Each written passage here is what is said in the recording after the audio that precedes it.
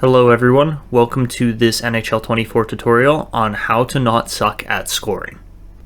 This year, EA Sports implemented a bunch of new mechanics into NHL, and these are ways that are going to help you score goals consistently, whether you're playing against the AI or playing against other online players.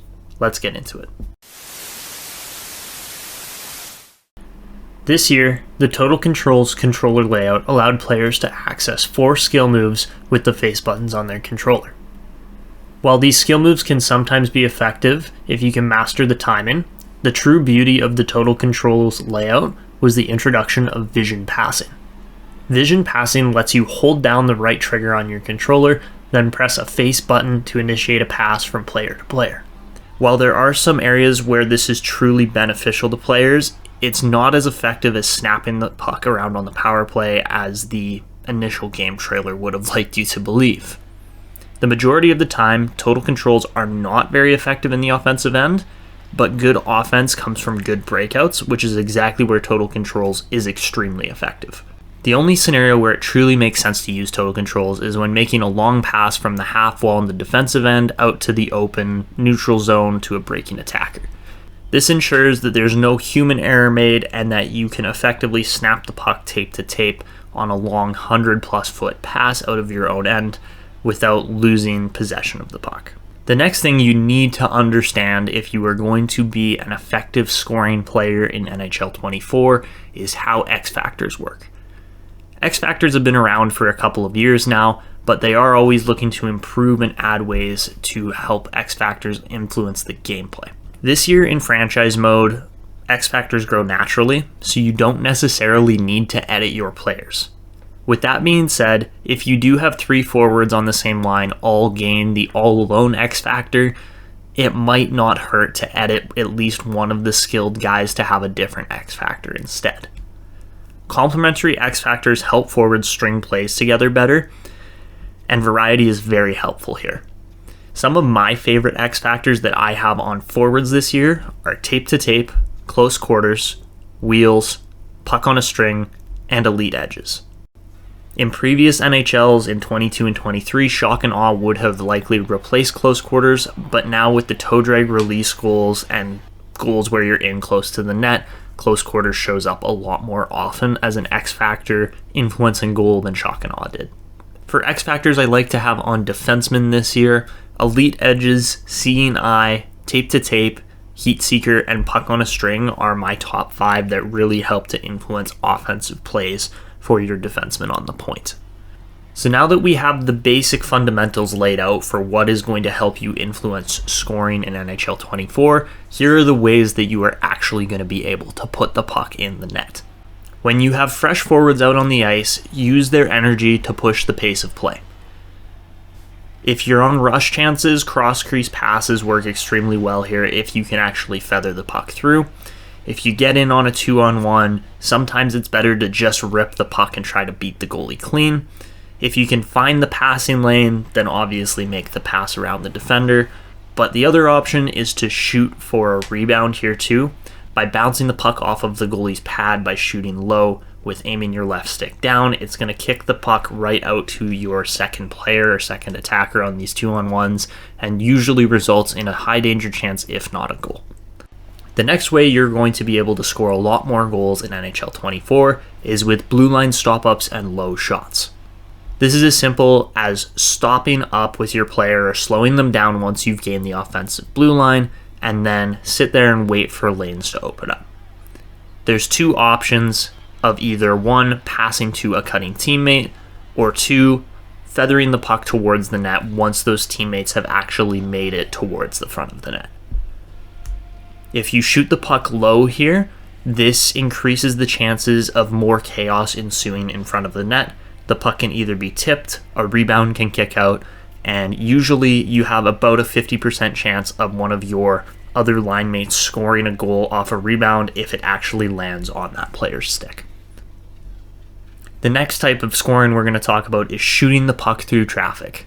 If there's lots of traffic in front of the net and you've been cycling the puck around in the offensive end without really creating too much off of the rush, then this is where these goals are going to come in handy.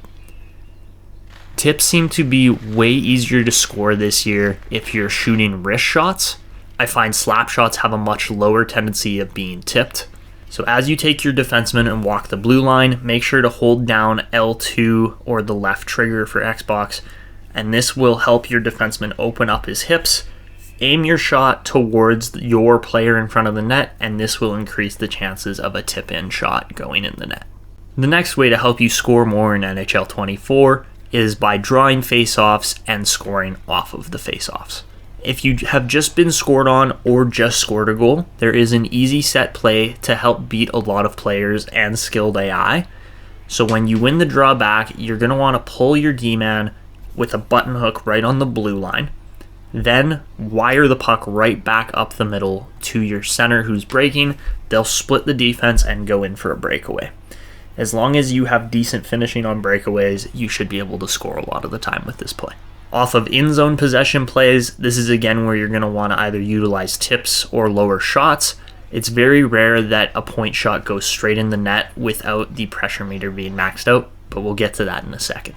Another way that's going to help you score more in NHL 24 this year is with toe drag and heel drag moves. These goals are not quite as effective as they have been in previous years, but they still work.